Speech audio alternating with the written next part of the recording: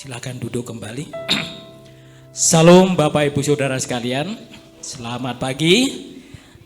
Sudah lama rupanya kami tidak berdiri di depan Bapak Ibu Saudara sekalian.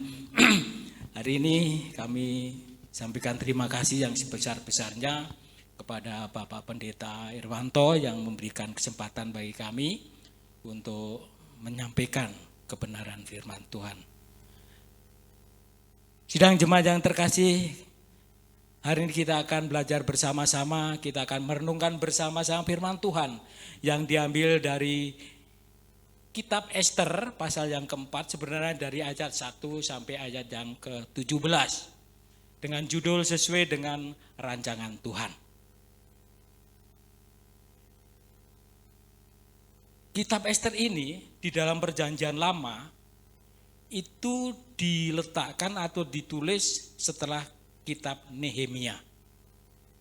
Tapi sebenarnya kisah ini sebenarnya terjadi lebih dulu.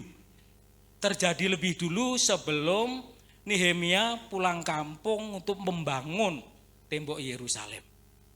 Sekitar 30 tahun sebelumnya baru kisah Ester ini baru Nehemia pulang kampung untuk membangun tembok Yerusalem. Nah, diperkirakan kitab Ester ini waktunya bersamaan dengan kitab Esra pasal yang ke-6 dan yang ke-7.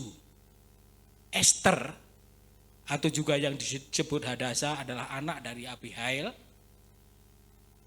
dari suku Benyamin, yang diasuh dan dibesarkan oleh Mordekai.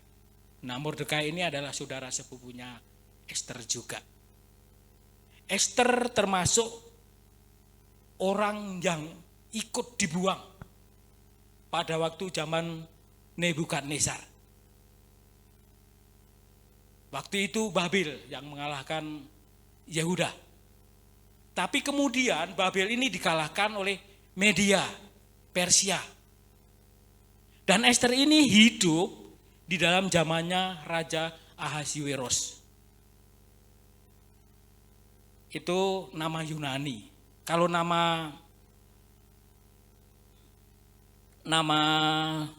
di Persianya adalah Kahyashan.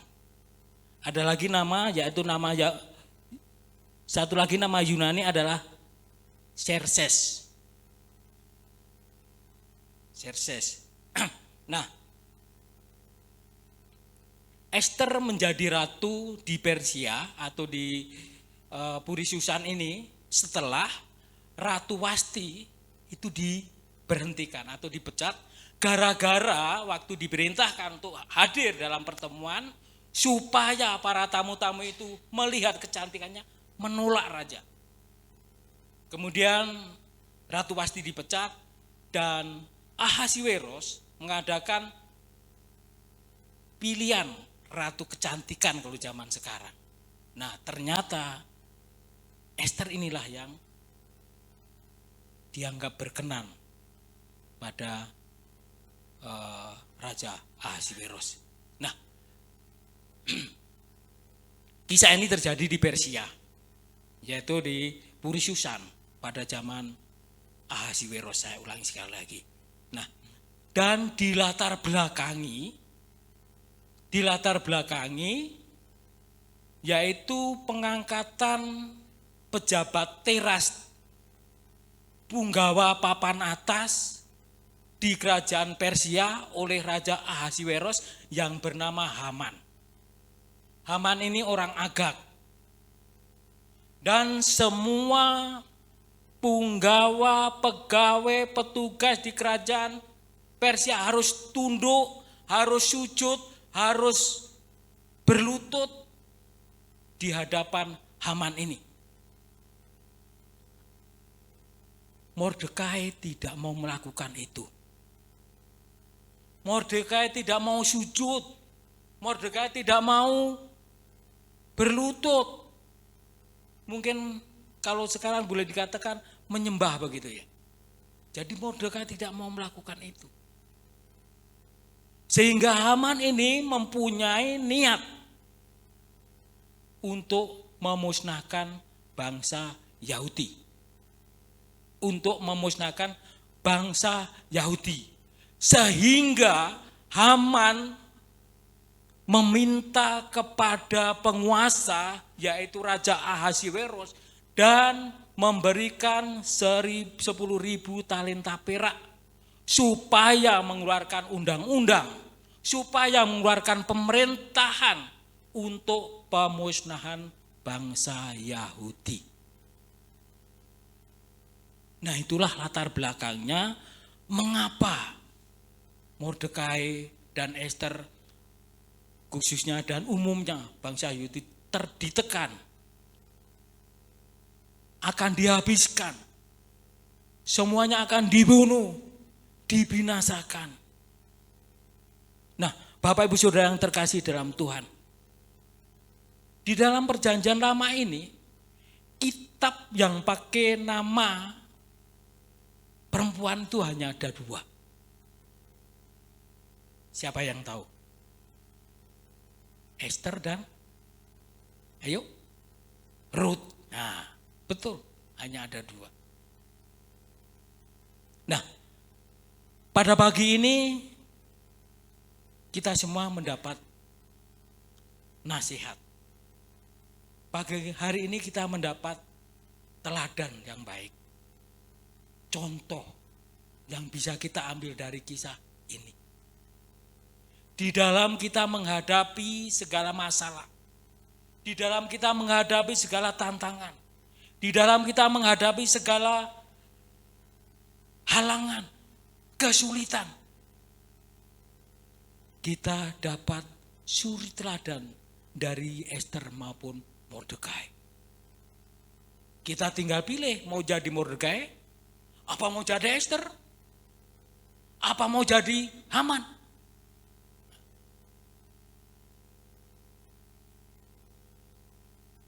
Sidang jemaat terkasih, ada 4 hal, tapi nanti akan saya ringkas saja supaya cepat.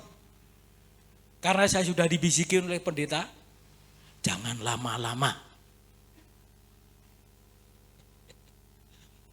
Nah, itu sebenarnya paling sulit bagi saya. Karena kalau saya udah ngoceh itu susah diberhentikan. Jadi kalau kita baca dari awal, dari ayat 1 sampai ayat 17, ada 4 nasihat bagi kita semua. Supaya kita bisa menghadapi tantangan. Supaya kita bisa menghadapi masalah yang kita hadapi. Supaya kita bisa menghadapi kesulitan-kesulitan kita. Sehingga rencana Tuhan buat hidup kita terlaksana. Yang pertama, kita harus care. Pakai bahasa yang agak keren dikit, kita harus care. Kalau nggak tahu care itu peduli. Peduli sesama bangsanya, peduli sesama jemaatnya, peduli sesama orang. Mordekai, kalau kita baca dari awal tuh, karena mendengar berita bahwa orang Yahudi mau dimusnahkan. Di seluruh perkampungan penduduk yang ada orang Yahudinya itu ada perkampungan semua. Berpuasa semua. Bahkan tidurnya itu, dasar tidurnya pakai abu. Kayak kucing. Cari yang hangat itu kalau nggak disekam itu ya, di abu seneng banget. Ini orang Yahudi demikian. Karena apa? Berkabung. Karena akan dimusnahkan. Mordekai ini sampai dengan kain kabung berjalan ke jalan-jalan dengan melolong-lolong. Jeritan-jeritan. Sehingga lolongan, jeritan, teriakan maupun apa yang dikatakan oleh Mordekai sampailah di depan pintu gerbang Puri Susan. Nggak bisa masuk. Karena enggak dilarang, orang tidak boleh masuk ke dalam pintu gerbang kalau memakai kain kabung. Sampailah bahwa Mordekai melakukan hal itu ke telinga Ester, ceritanya begitu. Gundahlah Ester ini. Risau. Apa yang terjadi? Kok Mordekai sepupuku kok begitu? Kemudian dikirim pakaian supaya ganti pakaian. Mordekai menolak. Tapi dia berpesan kepada, apa ya istilahnya, kalau sekarang mungkin dayang-dayang ya. Itu sida-sida yang memang dikhususkan untuk melayani si Ester ini. Ester panggil sida-sida yang namanya Hathach. Sini, itu coba diselidiki ada apa. Pergilah ke pintu gerbang. Siapa itu? Ternyata Mordekai. Dan ada apa? Baru disampaikan ada komunikasi dua arah antara Mordekai dengan Ester melalui sida-sida itu, Hathach. Dan akhirnya ada kesempatan bagi Mordekai untuk menyadarkan Ester dan meminta supaya menghadap raja membela bangsanya, supaya pemusnahan ini dibatalkan atau ditinjau kembali lah begitu ya, ditinjau kembali atau direview ulang. Nah, kepedulian ini sangat penting bagi kita semua. Apakah kita peduli terdapat sesama jemaat? Apakah kita peduli terhadap masyarakat? Apakah kita peduli terhadap bangsa kita? Apakah kita peduli terhadap sesama?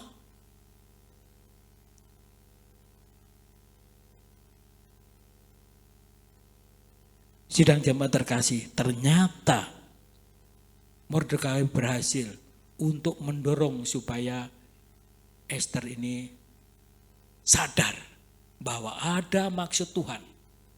Dimanapun kita ditaruh, ada maksud Tuhan di balik semuanya itu. Kalau kita ada di sini ada maksud Tuhan, bukan kebetulan. 8 tahun yang lalu, waktu kami memulai gereja ini, kebaktian 8 orang. Saya 4 dari induk.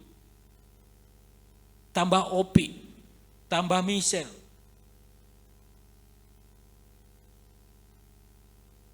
Tambah Maria 8. 10 kalau Pak Tony, Bu Tony hadir. Tapi dengan disiplin, dengan setia, dengan akhirnya kita lihat sampai sekarang ini. Kita perlu peduli satu sama lain. Kita perlu peduli terhadap sesama kita jemaat, sesama jemaat juga. Jemaat perlu peduli terhadap gembala, gembala perlu peduli terhadap jemaat. Apalagi nanti pada waktu mandiri. Karena kalau mandiri itu semua akan dikelola oleh gereja sendiri. Rumah tangga gereja dikelola sendiri. Tidak ada gereja lain yang ikut campur tangan. Kalau kerjasama mungkin, tapi dalam memutuskan, ini sifat gereja baptis. Nah itu otonom. Nah Bapak Ibu Saudara yang terkasih, yang pertama adalah peduli, yang kedua berpikiran positif. Saya pernah bilang berpikiran positif, Pak Edwin, saya bilang gitu ya, Pak Edwin, salah Pak Tanto. Harus berpikiran benar. Kalau positif belum tentu benar. Justru sekarang ini kalau positif orang takut. Positif virus. Ya, ini tapi berpikiran positif artinya menanggapi sesuatu itu dengan baik, dengan bijaksana, dengan hati-hati. Dan tentu ada sesuatu yang bisa kita ambil, ada hikmahnya. Walaupun sekecil apapun cahaya itu kalau di tempat kegelapan itu akan sangat membantu. Akan sangat membantu. Nah, ayat 14 dan ayat 12 dan sampai ayat 14 ini merupakan pola pikir. Ini tadi belum dibaca. Tapi coba kalau saya baca dulu. Ketika disampaikan orang perkataan Ester kepada Mordekai, maka Mordekai menyuruh menyampaikan jawab ini kepada Ester. Jangan kira karena engkau di dalam istana raja hanya engkau yang akan terluput dari antara semua orang Yahudi. Sebab sekalipun engkau pada saat ini berdiam diri saja, bagi orang Yahudi akan timbul juga pertolongan dan kelepasan dari pihak lain. Dan engkau dengan kaum keluargamu akan binasa. Siapa tahu mungkin justru untuk saat ini, saat yang seperti ini, engkau beroleh kedudukan sebagai ratu. Ini pola pikir daripada Mordekai.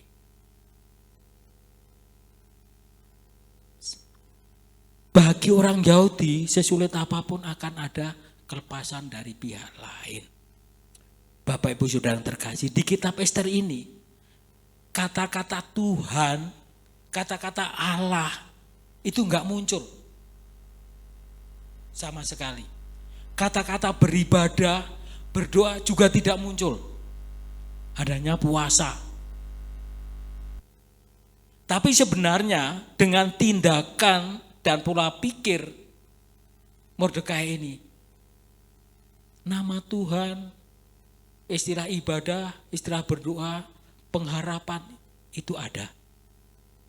Dan ternyata pertolongan Tuhan itu nyata bagi umatnya. Amin. Nah,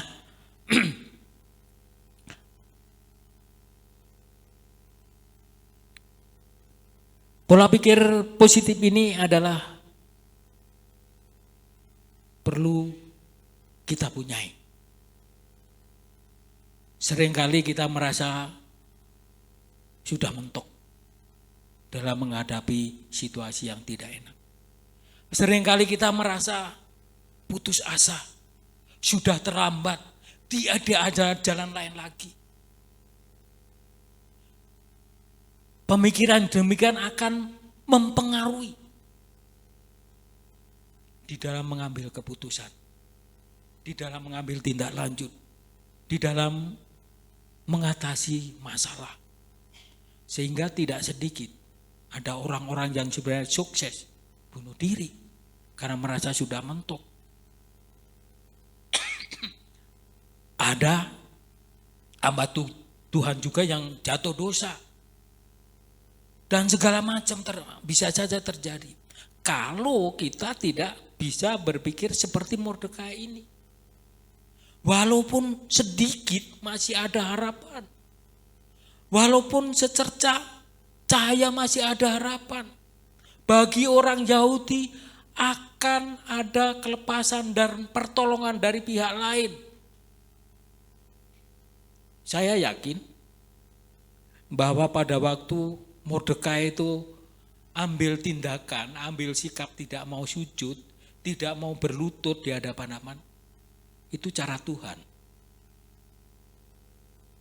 Bisa jadi itu adalah pimpinan Tuhan atau digerakkan oleh Tuhan supaya nanti ada kelepasan bagi orang Yahudi.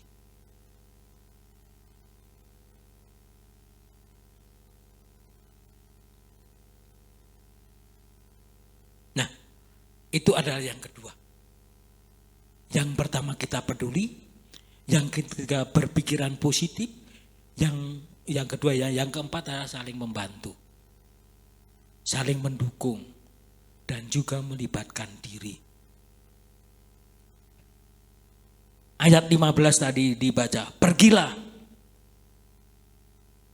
Ayat 16, pergilah, kumpulkanlah semua orang Yahudi yang terdapat di Susan dan berpuasalah untuk aku. Janganlah makan dan janganlah minum 3 hari lamanya.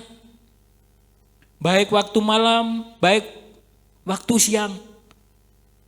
dan aku serta dayang-dayangku akan berpuasa demikian, dan kemudian aku akan masuk menghadap raja, sesungguh pun berlawanan dengan undang-undang. Kalau terpaksa aku mati, biarlah aku mati. Ada kerjasama di antara Mordekai dan juga Ester. Ayat 17-nya, maka pergilah Mordekai dan diperbuatnya tepat seperti yang dipesankan Ester kepadanya. Ester demikian juga, hanya tidak nyuruh, kamu puasa buat saya. Kumpulkanlah bangsa Yahudi yang ada di Susan, berpuasalah buat saya. Bukan hanya nyuruh, aku dan dayang-dayangku, itu melibatkan diri, akan berpuasa demikian. Dan setelah itu aku akan menghadap raja.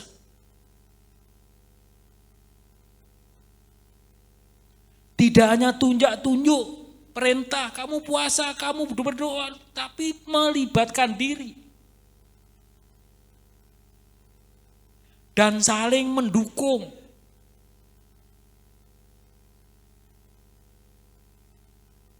Sehingga rencana Tuhan terlaksana. Nah, Bapak Ibu Saudara yang terkasih, nanti yang terakhir, ini yang sulit sekali bagi kita semua lakukan. Sungguh pun aku harus mati, biarlah aku mati.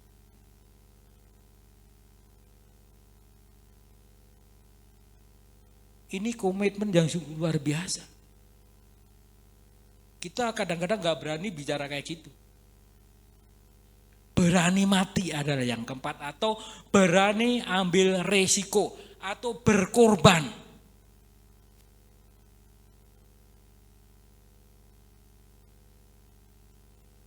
Berani mati bukan berarti harus mati beneran. Tapi punya sikap pemberani. Atau paling tidak usah merasa takut kalau benar. Untuk membela bangsanya. Untuk membela kelangsungan kehidupan bangsa Yahudi. Kelestarian bangsa Yahudi. Sehingga punya tekad, punya komitmen. Kalau memang harus mati, biar aku mati.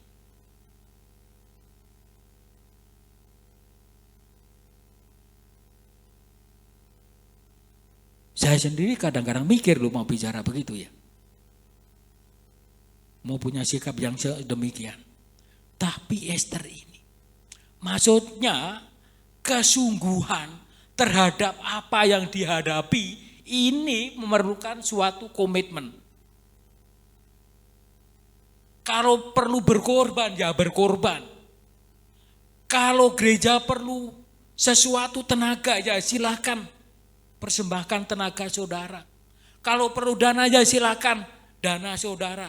Kalau perlu pemikiran ya silakan pemikiran saudara untuk kemajuan gereja.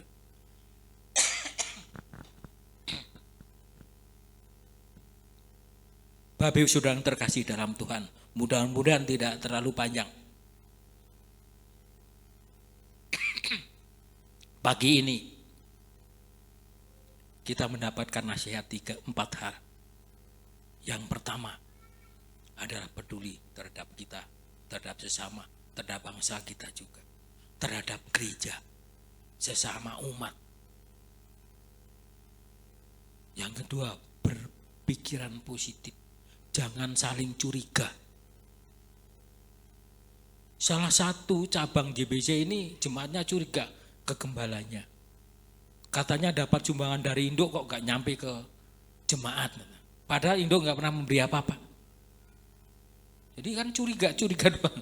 Nah kalau udah mulai bercuriga gini, tidak percaya, ini akan repot.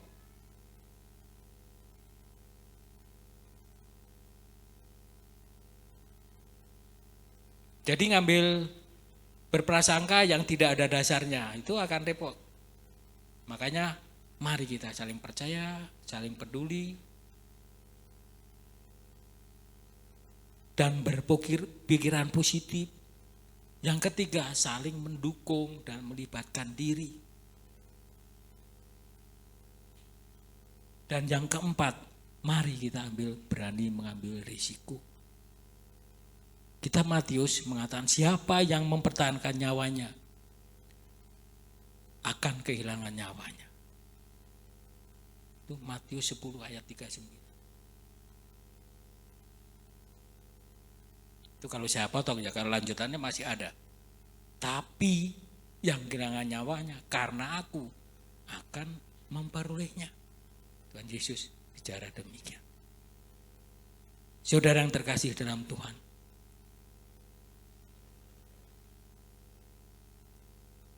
itulah nasihat yang pagi ini yang boleh kami bagikan. Biarlah semuanya itu menjadi berkat buat kita semua. Apalagi dalam menghadapi gereja ini akan mandiri. Jangan hanya sebelum mandiri, setelah mandiri pun keempat hal ini tersebut sangat penting bagi kita semua. Ada kerjasama yang baik, saling peduli, saling percaya, saling membantu. Dan kalau perlu berkorban.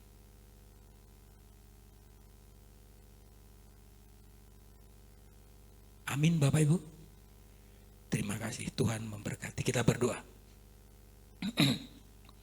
Bapa di dalam surga, kami bersyukur walaupun pendek, kami sudah belajar akan firman-Mu. Biarlah firman yang kami renungkan bersama ini menjadi berkat buat kami semua, menjadi tuntunan hidup kami semua, dan kami dapat melakukan sesuai dengan kehendak Tuhan. Kami sudah berhenti bicara Tuhan, tapi kami yakin Roh-Mu akan terus memberi pencerahan bagi jemaat Tuhan, memberi penjelasan sehingga kami dapat melakukan di dalam kehidupan kami sehari-hari. Terima kasih Bapa, terima kasih untuk firman-Mu. Ampuni segala dosa dan kesalahan kami. Di dalam nama Tuhan Yesus kami berdoa. Amin.